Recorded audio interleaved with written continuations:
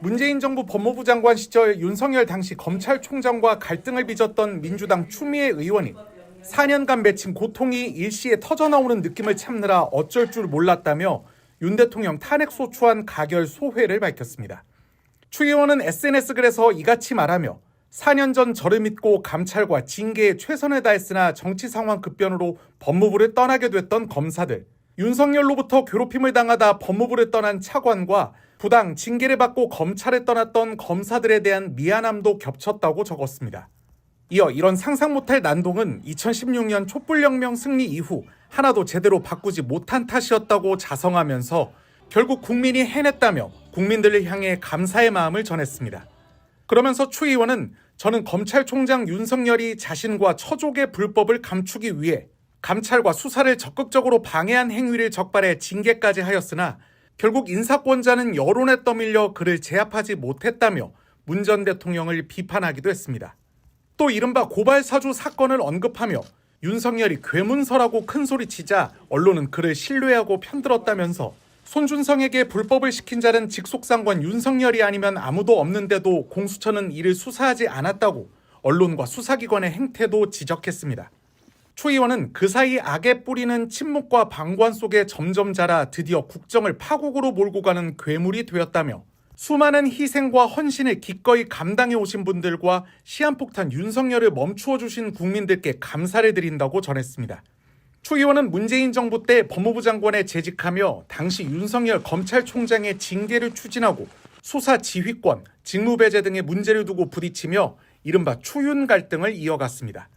이후 2021년 7월 대선 출마를 선언한 윤 대통령이 국민의힘에 입당하자 윤석열은 총장 재직 시 정치적 중립 의무를 저버리고 검찰 권력을 남용해 헌정 질서를 훼손한 자라며 국민의힘은 정치검사를 받아들인 후과를 두고두고 감당해야 할 것이라고 경고하기도 했습니다. 윤석열 대통령의 내란 사태와 이로 인한 탄핵 국면이 현실화하면서 과거 윤 대통령의 국정문란 사태를 예견했던 정치인과 원로들의 발언이 화제가 되고 있습니다. 윤 대통령이 대선 출마를 선언하고 국민의힘에 입당한 날인 2021년 7월 30일 더불어민주당 추미애 의원이 쓴 글입니다. 전직 법무부 장관 신분이었던 추 의원은 국민의힘은 정치검사를 받아들인 후과를 두고두고 감당해야 할 것이라고 경고했습니다. 윤석열은 검찰총장 재직 시 정치적 중립 의무를 저버리고 검찰 권력을 남용해 헌정 질서를 훼손한 자라며 국민의힘이 정치군인 전두환에 대한 환상을 아직도 거두지 못하고 정치검사를 받아들였다는 겁니다. 추 의원은 윤 대통령 집권 이후인 지난해 6월에도 윤석열 정권은 역대 어느 권위주의 정부보다 위험하다고 분석했습니다. 검찰 통치 체제라고 하는 것은 검찰은 뭡니까? 지금 대통령의 경험은 검찰총장으로서 검찰총장이라는 것은 검찰총장 한 사람만 검사인 거예요. 상명하복 관계로. 예. 어떻게 보면 군대보다 더 심각한 거죠. 검찰 국가의 네네. 권력 통일 정치이다. 그러니까 역대 어떤 권위주의 정부보다 가장 위협적이고 위험하다. 네, 이렇게 생각이 들어요. 현 정부 초기 집권당 대표였지만 윤 대통령과 갈등 끝에 사실상 축출됐던 이준석 개혁신당 의원.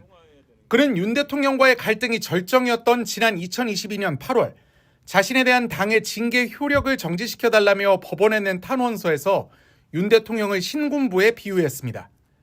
당시 이준석 대표는 지금의 상황이 바로잡히지 않는다면 절대자는 앞으로도 비상 상황에 대한 선포권을 더욱 적극적으로 행사할 수 있다고 주장했습니다. 또 총선에 당선된 직후 인터뷰에서는 대선 출마 가능성을 묻는 말에 대선이 3년 남은 게 확실하냐고 반문한 적도 있습니다. 다음 대선 나갑니까? 너무 빠른가 이 얘기는? 다음 대선이 3년 남았죠. 그럼 사실 40 넘잖아요 그때는. 다음 대선이 몇 년 남았죠? 3년이요. 확실합니까? 예. 이거 뭐야? 네. 아까 제가 저는 이거 굉장히 도발적인 얘기인데. 예. 지난달 인터뷰에서 윤 대통령이 내년 봄을 넘기기 힘들 거라고 전망했던 윤여준 전 환경부 장관도 예견이 들어맞은 데 대한 소회를 밝혔습니다. 아무것도 할 수 없는 식물인간이 된다는 건 자기 용납할 수 없고 그러니까 엉뚱한 발상을 한 것 같아요. 뭐 술도 굉장히 좀 즐겼다 이런 이야기들이 거의 뭐 매일 밤 들렸거든요. 들리는 말로는 거의 매일 밤 새벽까지 마신다는 거 아니에요. 그러니까 완전히 저는 판단이 그렇죠. 옛날에 흐려졌다고 생각하는 거죠. 술을 그렇게 먹고 뇌가 제대로 작동할 수 있나요? 윤 전 장관은 자신만의 예측이 아니었다며 많은 분들이 비슷한 생각을 했을 것이다. 특별히 제가 미래를 보는 눈이 있는 건 아니라고 말했습니다. 윤석열 검찰총장이 서울중앙지검장 시절 조선일보 방상훈 사장 등 언론사 사주들과 은밀하게 만났다는 이른바 비밀회동 의혹. 윤 총장은 만남 자체를 부인하지 않으면서도 적절했는지 따질 일은 아니라고 일축했습니다.